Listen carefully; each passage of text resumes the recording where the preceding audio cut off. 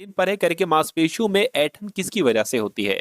पसीने के दौरान पानी की कमी की वजह से नहीं, थका देने वाली मांसपेशियों का एरोबिक रूप से प्रतिक्रिया करना इस वजह से भी नहीं, साथियों लैक्टिक अम्ल के संचय होने की वजह से मांसपेशियों में ऐंठन होती है। आंसर आपका डी होगा।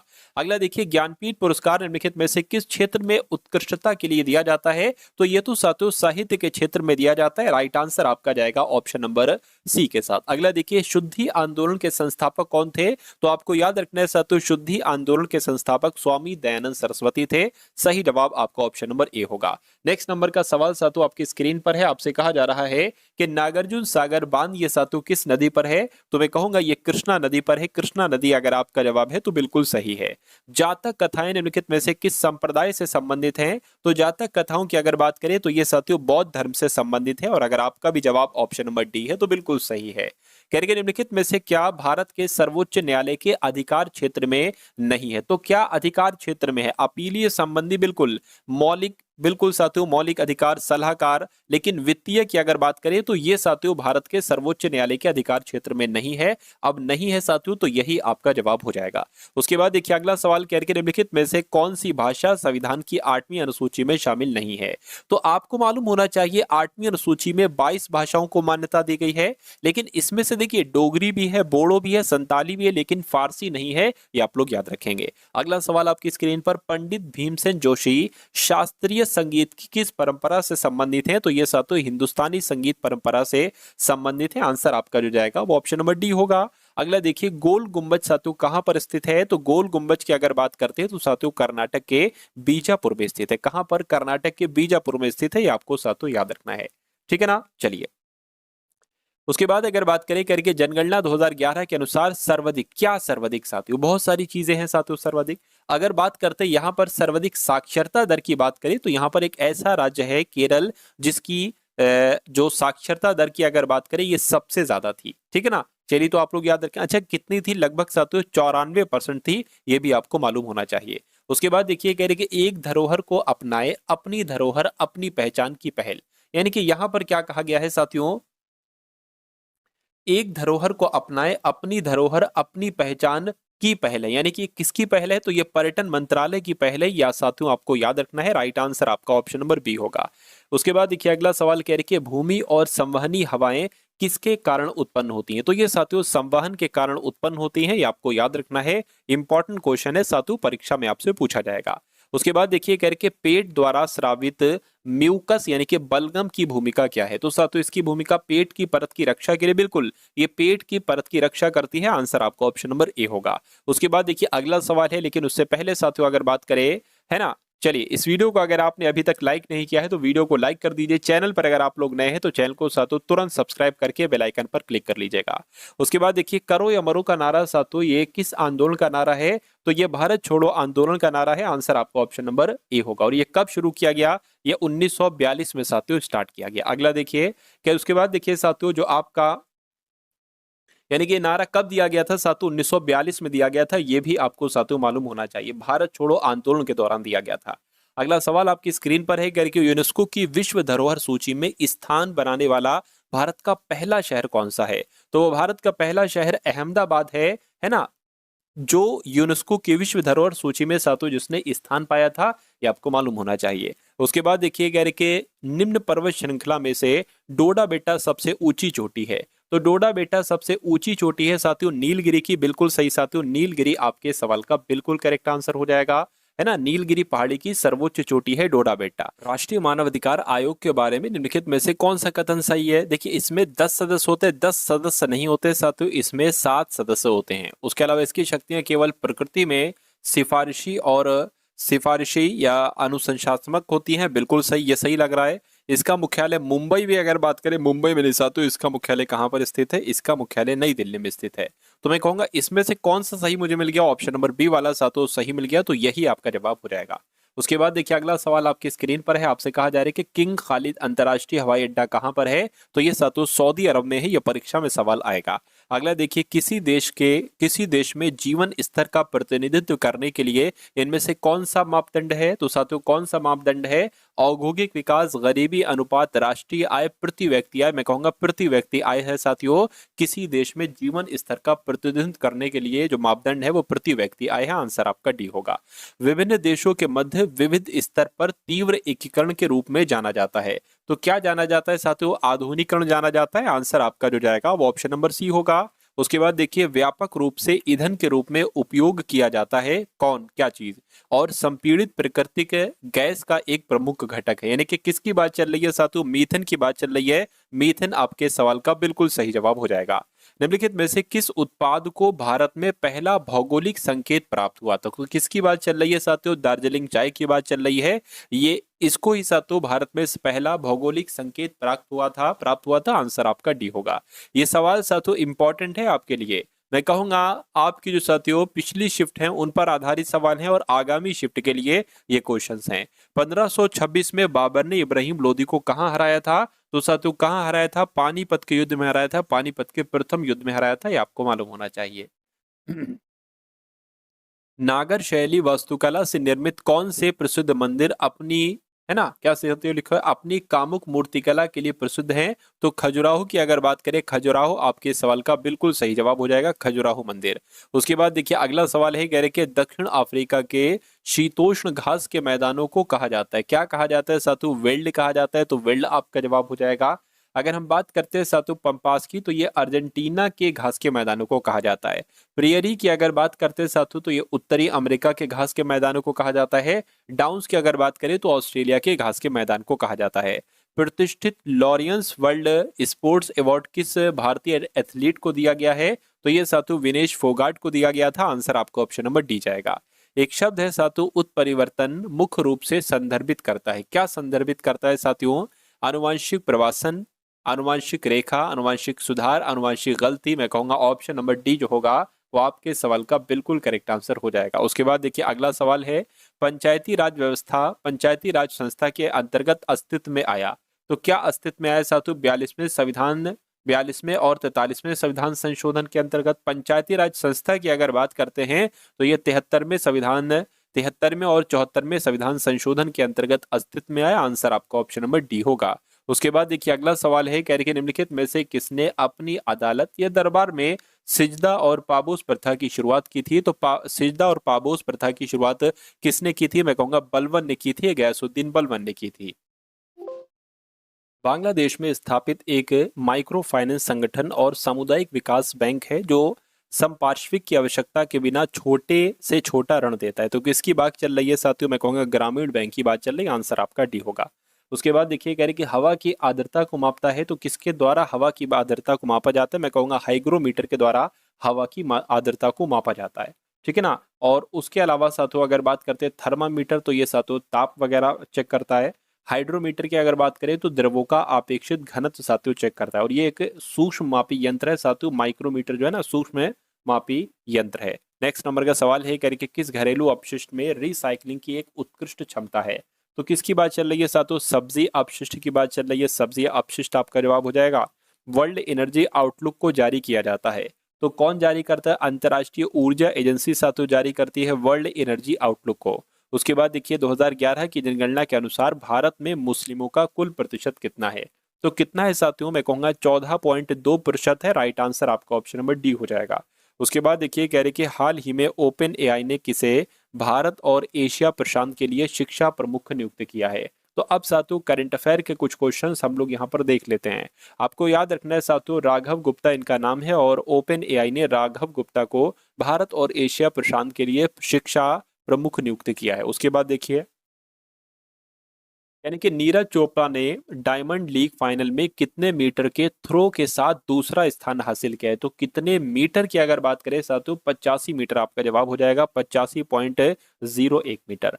उसके बाद देखिए अगला सवाल कह रही है रक्षा राज्य मंत्री संजय सेठ ने कहा मिल मेडिकॉन 2025 का उद्घाटन किया है? तो ये उद्घाटन नई दिल्ली में किया गया। कहाँ किया गया है साथियों? मिल मेडिकॉन 2025 का उद्घाटन नई दिल्ली में किया गया है।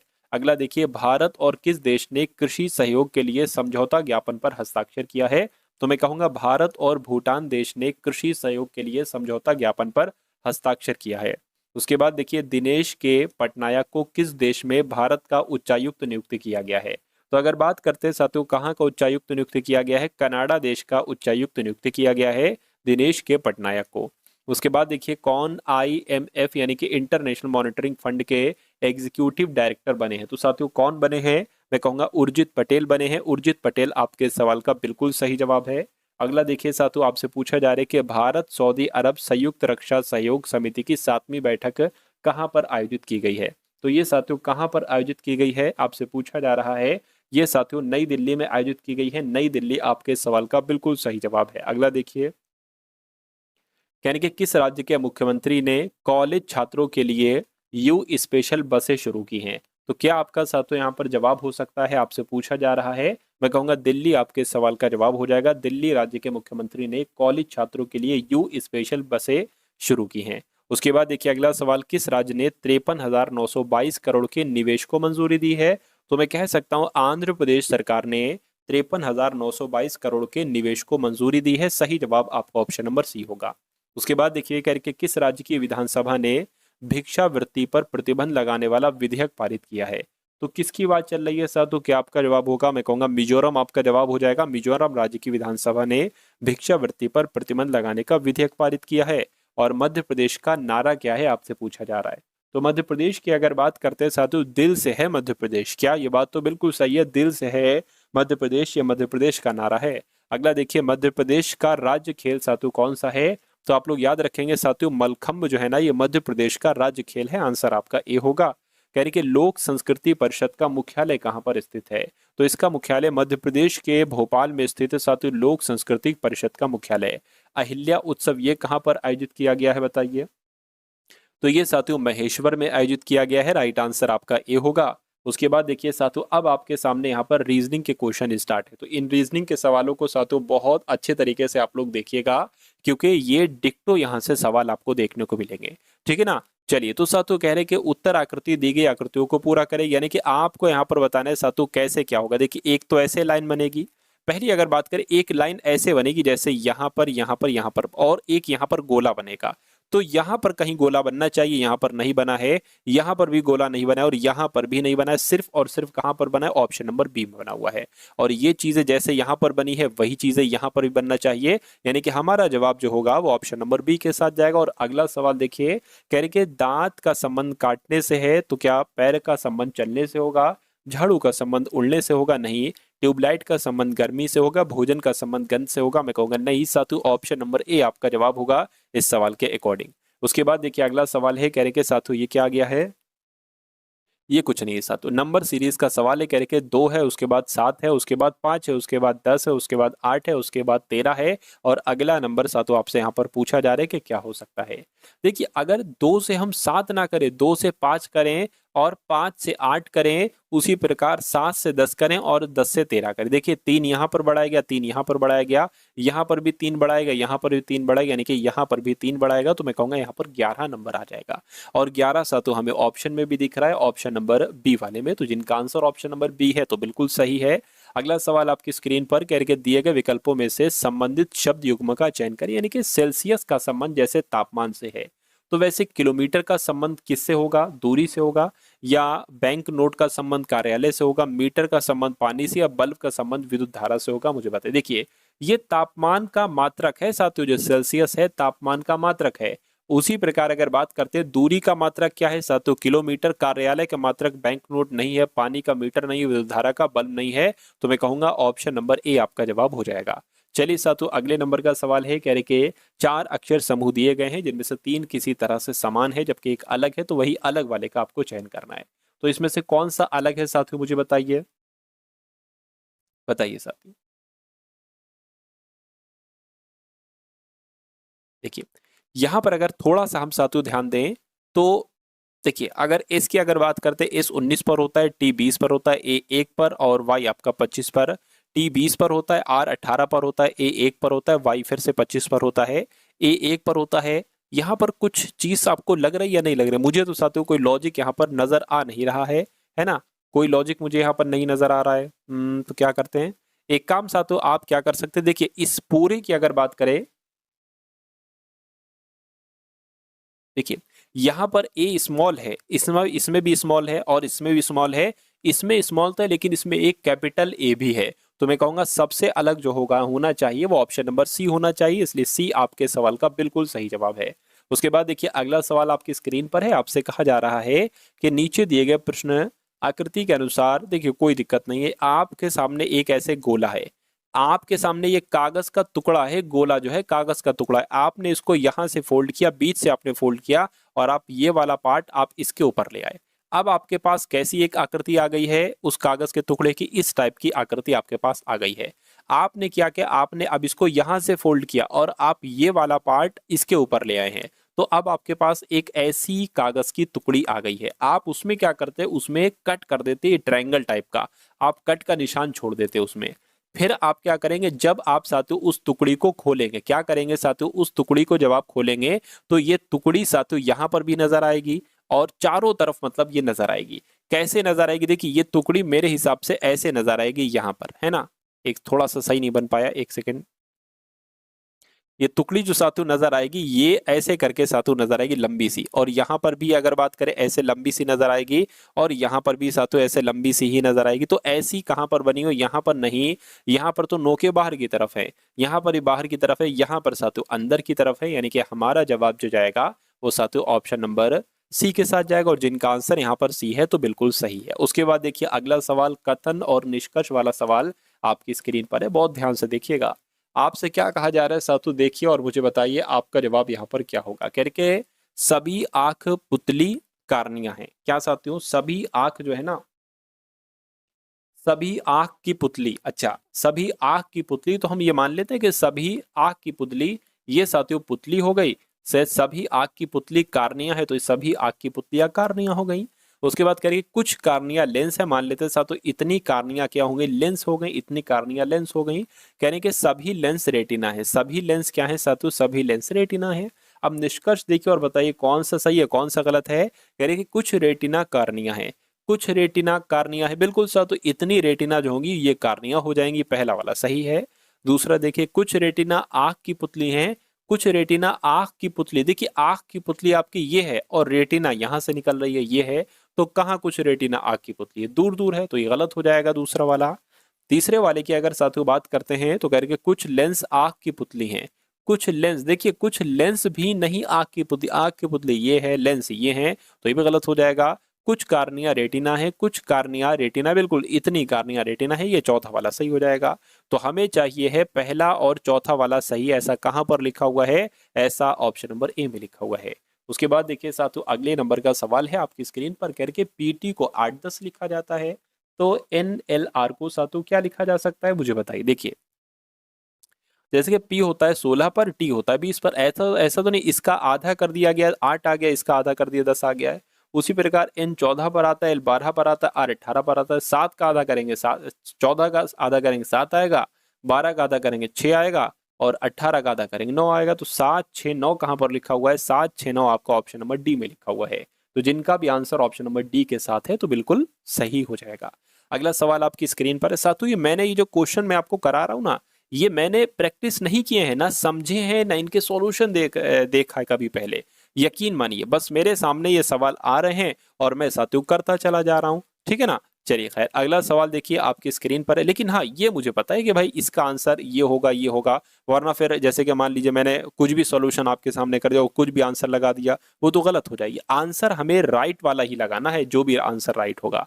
चलिए खैर कोई दिक्कत नहीं, अगले नंबर का सवाल आपकी स्क्रीन पर है, आपसे कहा जा रहा है, एक सेकेंड को ऊपर कर देता हूं मैं थोड़ा, अब सही है। कह रहे हैं कि AMPDQRWB एक वृत्त के चारों ओर केंद्र की ओर मुंह करके बैठे, कितने लोग हैं, 1 2 3 4 5 6 7 8, 8 लोग हैं केंद्र की ओर मुंह करके सभी बैठे, 1 2 3 4 5 6 7 8, 8 लोग ये सातों यहाँ पर बैठ जाएंगे।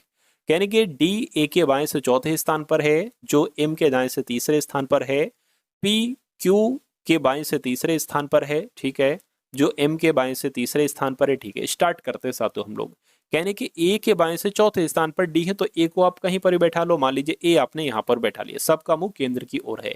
तो ए के बाएं से चौथा क्या होगा, ए के बाएं से चौथे की अगर बात करें तो 1 2 3 4, ये चौथा आ गया, तो यहाँ पर डी बैठेगा, लिखा हुआ है ना, ए के बाएं से चौथे स्थान पर डी बैठेगा, यानी कि जो एम के दाएं से तीसरे स्थान पर है। अच्छा, जो की अगर बात करें, जो दूसरे वाले के लिए होता है, दूसरा वाला यहाँ पर ए है, यानी कि एम के दाएं से तीसरे स्थान पर ए बैठा है। ए कहां पर बैठा है, एम के दाएं से तीसरे स्थान पर, 1 2 3, एम के दाएं से तीसरे स्थान पर ए बैठा है। उसके बाद कहने के पी क्यू के बाएं से तीसरे स्थान पर बैठी है, जो एम के बाएं से तीसरे स्थान पर है। देखिए एम आपका ये है, एम के बाएं से तीसरे स्थान पर कौन बैठा है, साथियों क्यू बैठा है, क्योंकि जो आया है, जो दूसरे वाले के लिए होता है, पहला वाला पी, दूसरा वाला क्यू, तो एम के बाएं से तीसरा क्या होगा, 1 2 3, यानी कि यहां पर आपका साथियों क्यू आ जाएगा, कोई दिक्कत नहीं। उसके बाद कह रहे हैं कि क्यू के बाएं से तीसरे स्थान पर पी है, तो क्यू के बाएं से तीसरे स्थान पर पी है, यानी कि 1 2 3 पी साथियों यहां पर आ जाएगा। उसके बाद कह रहे हैं कि आर डब्ल्यू के दाएं से तीसरे स्थान पर, जो आर डब्ल्यू के स्थान, अब देखिए अब यहां पर हमें बैठाना है जो बी के दाएं से दूसरे स्थान पर। देखिए डब्ल्यू के दाएं से तीसरे स्थान पर हम कहां पर डब्ल्यू को बना सकते हैं, अगर हम डब्ल्यू को यहां पर बनाए तो डब्ल्यू के दाएं से तीसरा 1 2 3 यहां पर हो जाएगा, ठीक है ना। फिर की अगर बात करें, डब्ल्यू यहां पर हो गया, सॉरी डब्ल्यू के दाएं से आर यहां पर हो गया, और फिर बी के दाएं से दूसरे स्थान पर डब्ल्यू होगा, ये हो नहीं सकता, नहीं सही लग रहा है। अगर बात करते हैं साथियों डब्ल्यू को, अगर बात करें डब्ल्यू को यहां पर बैठा ले, मान लीजिए डब्ल्यू के दाएं से तीसरे स्थान पर, एक सेकंड बाया मैंने बोल दिया था, इधर कर दिया था, डब्ल्यू के, अगर डब्ल्यू को हम यहां पर बैठा लें, डब्ल्यू के दाएं से तीसरे स्थान पर आर है, 1 2 3 आर मान लीजिए साथियों यहां पर अगर बैठ गया, सपोज दैट, ठीक है ना, जो बी के दाएं से दूसरे स्थान पर है, बी के दाएं से दूसरे, यानी कि अगर बात करते हैं डब्ल्यू की अगर बात करें, तो फिर डब्ल्यू जो है ना, ये बी के दाएं से दूसरा कहां हो पा रहा है, तो साथियों ये नहीं हो पाएगा, ये नहीं हो पाएगा, फिर ये रहने दीजिए। डब्ल्यू के दाएं से तीसरे स्थान पर अगर बात करें, डब्ल्यू को यहां पर बैठा लें, तो डब्ल्यू के दाएं से तीसरे स्थान पर बैठा है आर, 1 2 3, यानी कि आर यहां पर बैठा है, यानी कि जो बी के दाएं से दूसरे स्थान पर है, यानी कि डब्ल्यू जो है ना, ये बी के दाएं से, तो बी सातों यहां पर आ जाएगा, बी के दाएं से दूसरे स्थान पर, हो गया सॉल्व। यानी कि किस जोड़े में दूसरा व्यक्ति पहले व्यक्ति के तुरंत दाएं बैठा है ना। चलिए, तो पहला व्यक्ति दूसरे व्यक्ति के तुरंत बाएं बैठा है, ए बी, है ना, पहला व्यक्ति जो है ना, तो एक तरीके से बिल्कुल ये तो लग रहा है। क्यू बी की अगर बात करें साथियों, इनमें से किस जोड़े में दूसरा व्यक्ति पहले व्यक्ति के, है ना, पहले व्यक्ति के दाएं बैठा है। देखिए दूसरा व्यक्ति अगर बात करें, ये हो गया पहले व्यक्ति, यानी कि ए के दाएं बैठा है क्या, बिल्कुल साथियों ए के दाएं बी बैठा है, ये नहीं बैठा है ना, ये बाएं बैठा है, तो मैं कहूँगा यही आपका जवाब हो जाएगा, और यही आपके सवाल का बिल्कुल सही और सटीक जवाब हो जाता है। भाई बहुत बढ़िया, वेरी गुड क्लास। इसमें थोड़ा सा समय ज़्यादा लग गया, लेकिन कोई बात नहीं, सारी चीज़ें आपकी समझ में आना चाहिए। अगला सवाल है साथियों, और अब आपके सामने मैथ्स के क्वेश्चन स्टार्ट हो चुके हैं, तो मैथ को भी आप लोग बहुत ध्यानपूर्वक दीजिएगा। कह रहे हैं कि ए किसी काम को 30 दिन में करता है, ए किसी काम को 30 दिन में पूरा करता है, बी उसी काम को 20 दिन में पूरा करता है, बी उसी काम को 20 दिन में करता है, करके ए और बी अगर मिल जाते हैं तो कितने दिन में साथियों वो काम पूरा हो पाएगा। तो कैसे करेंगे, एक नंबर ले लेंगे जो कि 30 के पहाड़े में भी आए, 20 के पहाड़े में भी आए, या कह सकते हैं 30 से भी कटे 20 से भी कटे, मैं कहूँगा 60 नंबर हो गया, 30 दूना और 20 तिया हो गया, 20 तिया 60 होता है। कहने का मतलब यह है कि ए एक दिन में 2 काम करता है और बी एक दिन में 3 काम करता है, यानी कि ए एक दिन में 2 और बी एक दिन में 3 काम करता है, दोनों लोग मिल जाते हैं तो एक दिन में 5 काम होता है साथ, तो एक दिन में 5 काम। अच्छा, टोटल काम कितना है, टोटल काम ये 60 है, तो अगर टोटल काम 60 है और एक दिन में दोनों लोग मिलकर 5 काम कर रहे हैं, तो मैं कहूंगा ये 60 काम जो है ना, ये 12 दिन में साथियों खत्म हो जाएगा, 12 दिन में खत्म हो जाएगा। तो यही तो आपसे पूछा गया था कि ए और बी मिलकर उस काम को कितने दिन में करेंगे, मैं कहूंगा 12 दिन में करेंगे, 12 आपका जवाब हो जाएगा। उसके बाद देखिए साथियों, अगला सवाल है आपसे, यहाँ पर साथियों क्या कहा जा रहा है, देखिए और बताइए जवाब क्या हो। कह रहे कि एक आयताकार क्षेत्र की लंबाई 1200 मीटर, यानी कि एक आयताकार क्षेत्र है, ठीक है, एक आयताकार क्षेत्र हो गया, यानी कि इसकी लंबाई जो है ना वो 1200 मीटर है और इसकी चौड़ाई जो है ना वो साथियों 500 मीटर है, यानी कि इस पर 25 प्रति मीटर की दर से इसके विकर्ण, 25 रुपए प्रति मीटर की दर से इसके विकर्ण के साथ एक सड़क बनाई जाती है। क्या एक सड़क बनाई जाती है, तो सड़क बनाने की लागत क्या होगी, कोई दिक्कत नहीं साथियों। सबसे पहले एक इस आयत का विकर्ण हम ज्ञात करेंगे, तो ये जो आयत है ना साथियों, इस आयत का विकर्ण हम कैसे ज्ञात करेंगे, आयत का विकर्ण कैसे ज्ञात करेंगे, ये मैं आपको साथियों बता देता हूँ। इसका एक सूत्र होता है, अंडर रूट में क्या हो जाएगा, साथियों लंबाई का स्क्वायर हो जाएगा और चौड़ाई का स्क्वायर हो जाएगा। लंबाई की अगर बात करें कितनी है साथियों 1200 स्क्वायर है, और चौड़ाई की अगर बात करें तो 500 स्क्वायर है। देखिए अच्छा 12 का कितना होता है साथियों, 12 का स्क्वायर 144 होता है, 144 प्लस डबल जीरो आ जाएगा। 5 का स्क्वायर कितना होता है साथियों 25 हो जाएगा, डबल जीरो आपका यहाँ पर आ जाएगा। ये बात रही। अच्छा यहाँ पर अगर बात करें 144 गुणा 104 जीरो आएंगे साथियों, है ना, 4 जीरो यहाँ पर आएंगे, तो 4 जीरो आपके ये हो गए। और 5 का स्क्वायर क्या होता है 25, और 4 जीरो यहाँ पर भी आ जाएंगे, 5 का स्क्वायर 25 और 4 जीरो आपके यहाँ पर भी आ जाएंगे। अब आप इसको साथियों जोड़ लीजिए, ठीक है ना। चलिए 144 और 4 जीरो आपके ये हो गए, और क्या साथियों 4 जीरो आपके इसके नीचे बनेंगे, और 25 यहाँ पर आ जाएगा। इसको जोड़ लीजिए, 0 0 0 0 हो गया, ये आपका 9 हो गया, ये आपका 6 हो गया, 169 और 4 बार 0 आ गया, ठीक है ना, यानी कि 16,90,000 साथियों हो गया। अब उसके बाद साथियों हमने क्या कहा था, इसका विकर्ण हमें ज्ञात करना है। तो अच्छा देखिए ये तो अंडर रूट में हो जाएगा, है ना, अंडर रूट में हो जाएगा। तो अगर इसकी बात करें साथियों, इसको हम क्या लिख सकते हैं, 169 13 का स्क्वायर है, तो हम क्या लिख सकते हैं साथियों मुझे बताइए, यानी कि 1300 और गुणा 1300 लिख सकते हैं ना भाई, 1300 गुणा 100 1300 100 इतना हो जाएगा। यानी कि 13 का स्क्वायर 169 होता है, और ये 4 बार जो जीरो है तो दो दो जीरो में हमने बांट दिया। अच्छा यहाँ से एक 1300 हमारा निकल आएगा, जो क्या होगा, जो आयत का विकर्ण होगा। इतनी बात क्लियर है। अच्छा अब आपको आयत का विकर्ण ज्ञात हो गया है, यानी कि सड़क बनाने की लागत क्या होगी, तो कितने रुपए प्रति मीटर के हिसाब से, 25 रुपए प्रति मीटर के हिसाब से इसकी गुणा 25 से करा दीजिए, आपका आंसर आ जाएगा। तो 13 की गुणा सातों 25 से आप करा दीजिए, उसमें 2 जीरो लगा दीजिएगा, 75 आ गया, 25 आ गया, 5 12 3 यानी कि 2 जीरो लग गया। तो 325 डबल जीरो कहां पर लिखा हुआ है, ऑप्शन नंबर सी में लिखा है, यानी कि 32,500 सड़क बनाने की लागत आएगी। उसके बाद देखिए अगला सवाल सातों आपकी स्क्रीन पर है, इस सवाल को देखिए और बताइए आपका जवाब क्या होगा। कहेंगे 40 छात्रों द्वारा प्राप्त किए गए अंकों का औसत 160। कितने छात्र हैं, 40 छात्र हैं, और इनका औसत अंक कितना है 160 है। करके बाद में पता चला कि एक छात्र के 165 अंक को गलती से 125 लिख दिया गया, यानी कि कम लिखा गया। कितना कम लिखा गया, कितना कम लिखा गया सातों, अगर बात करते हैं यहाँ पर 40 कम लिखा गया, तो अब हम 40 बढ़ा देंगे, है ना, 40 कम लिखा गया 40 हम बढ़ा देंगे, कोई दिक्कत नहीं है। पहले इसका सातों वो निकालिए कि 40 छात्रों की कुल कुल मिला के सातों उनके अंकों का योग कितना होगा। तो आप इसकी गुणा का 16 चौक 64 आ जाएगा, ये आपका 1600 यहाँ पर आ जाएगा। यानी कि अब इसमें कम लिखेगा तो इसमें आपको बढ़ाना है, यानी कि अब जो होगा वो 6440 हो जाएगा योगफल, और 40 से इसको भाग दे देंगे। तो देखिए 4 एकम 4, 4 पंच 20, 4 छंग 24, 4 एकम 4, तो 161 इसका सही औसत निकलेगा। तो ऑप्शन आपका जो होगा वो ऑप्शन नंबर साथियों ए हो जाएगा। चलिए अगले नंबर का सवाल आपकी स्क्रीन पर है, देखिए इस सवाल को और बताइए राइट आंसर क्या होगा। 999 प्लस 111 गुणा 0.5, इसको आपको कैलकुलेट करके बताना है। देखिए 999 आपका ये हो गया, प्लस इसकी गुणा करेंगे तो कैसे क्या आएगा साथियों, देखिए 5 गुणा इससे करेंगे ना तो 5 5 5 आपका आ जाएगा, और एक नंबर के बाद पॉइंट है तो एक नंबर के बाद पॉइंट भी साथियों यहाँ पर आ जाएगा। अब इसको जोड़ लीजिए, यानी कि 999 प्लस 55 जोड़ लीजिए साथियों, 999 और 5 5 पॉइंट पॉइंट आ गया मान लीजिए 0, और ये आपका 5 आ गया।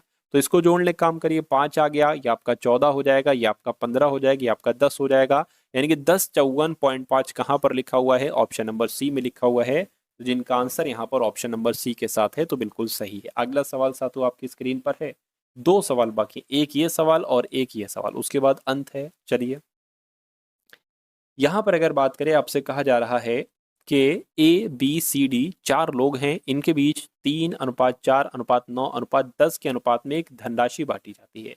यानी कि अगर ए को 3 रुपए दिए जाते हैं तो बी को 4 दिए जाएंगे, सी को 9 दिए जाएंगे, डी को 10 दिए जाएंगे। अच्छा ये भी हो सकता है कि ए को अगर 30 रुपए तो बी को 40 रुपए, फिर 90, फिर 100 रुपए, ऐसे होगा।